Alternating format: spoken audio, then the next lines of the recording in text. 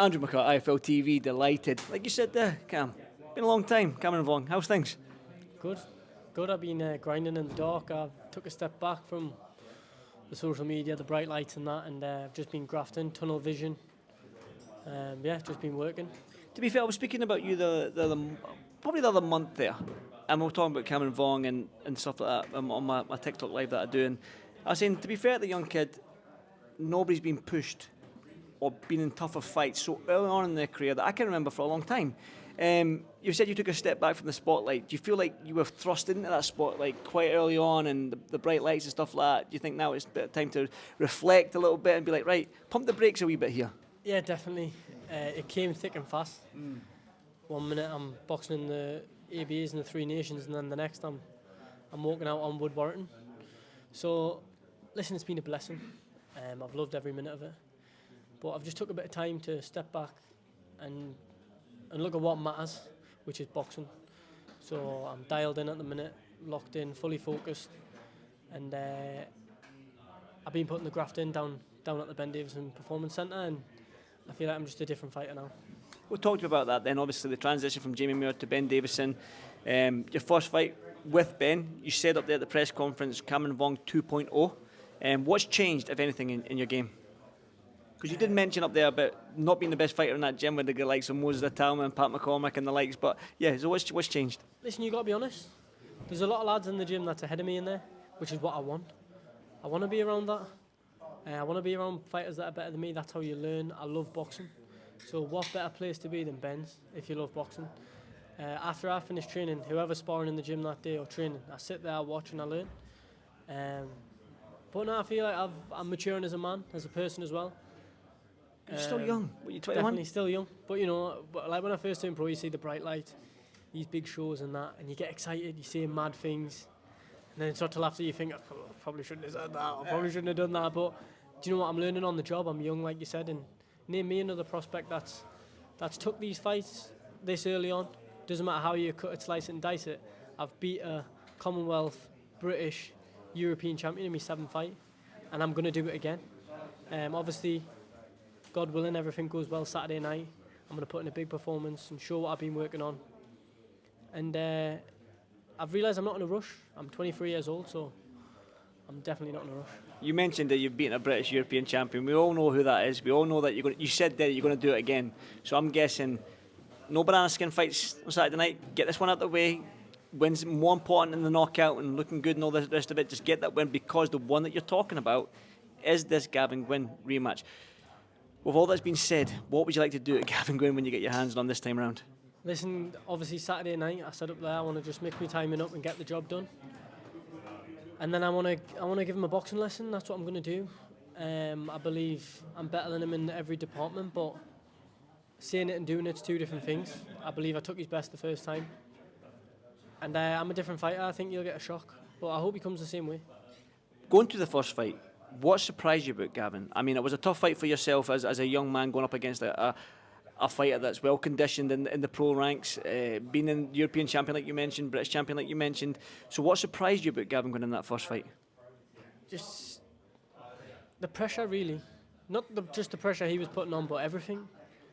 It wasn't until I actually got to walk out I thought, fucking hell, I'm in a real fight tonight.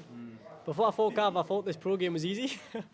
I thought I turn up, I fight, I win easy, and that's it, I go home. But no, I learned so much that night. Not just about boxing, but I know I've got that.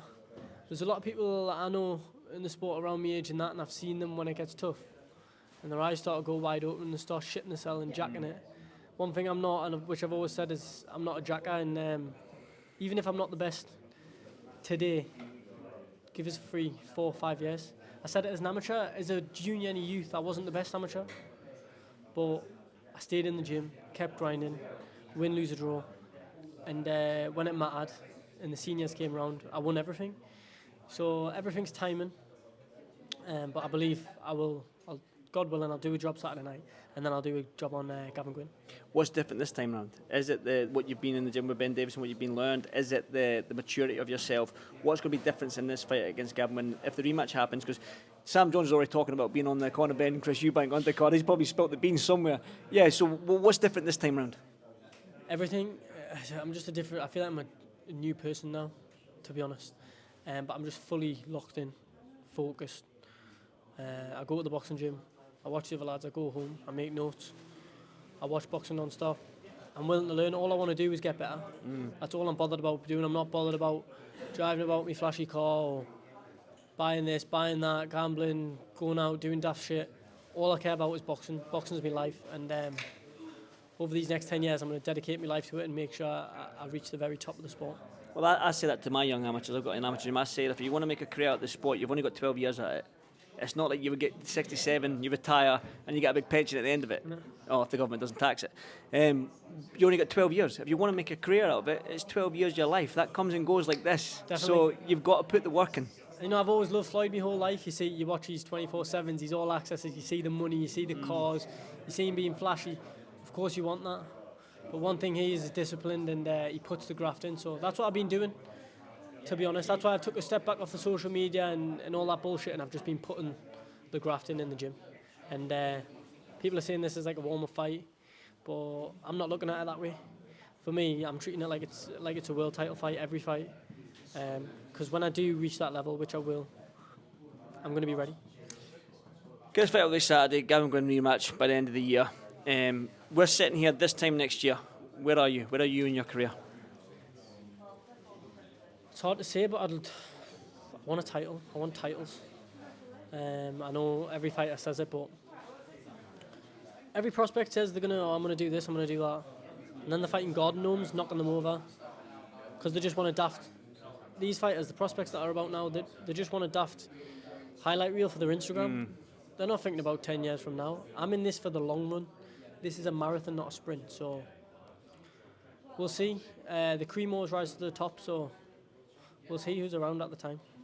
You're in the gym with Moses Atama, a young prospect like yourself, Pat McCormack, a little bit older, he's 30, but you're in a gym with a mix of people. You got Lee Wood, Anthony Joshua. I don't know if Anthony Joshua's back training in the gym yet. I don't know if he's been at the gym. Moses Atama, a young prospect like yourself. You mentioned there, name another prospect that's done it like me. I almost said Moses. I almost said Moses Atama. He's not a prospect though, is he? He's arguably one of the best. So what's it like then? What's it like being in the gym with the likes of Moses Atama? He's already got the pressure of being the next heavyweight king, the next Anthony Joshua, Usyk, whatever you maybe. He's a young Mike Tyson. He reminds everyone of Mike Tyson. This, that, and the next thing. What's it like being in the gym with him, who can take that pressure, and he seems to just take it in a stride? I just think they've lost his birth certificate. Me, I can't believe he's 20. It's unbelievable. He's like a veteran of the sport already at his young age, and he's a special talent. He's a generational talent. But it is surreal being in the gym now. From a young age, 14, 15, I always watched Ben when he was working with Billy Joe. I've always looked up to Pat from being a young kid. I remember I went up to Berkeley when I was at my first amateur gym, and my coach took us up to Berkeley on a coaching course with him. And they'd gone to do a meeting upstairs in Graham Rutherford. Graham Rutherford pulled up a seat, and I watched Pat, Luke and Frenchie spar. And I was 12, and I thought, how are they punching like that fast, that hard? I want to be like that. So without them even knowing, obviously I'd never tell them, never say it to them, but I've looked up to Pat for a long time, and Luke. Oh, it's out there now. He's out there now, but I wouldn't say it if he was in here.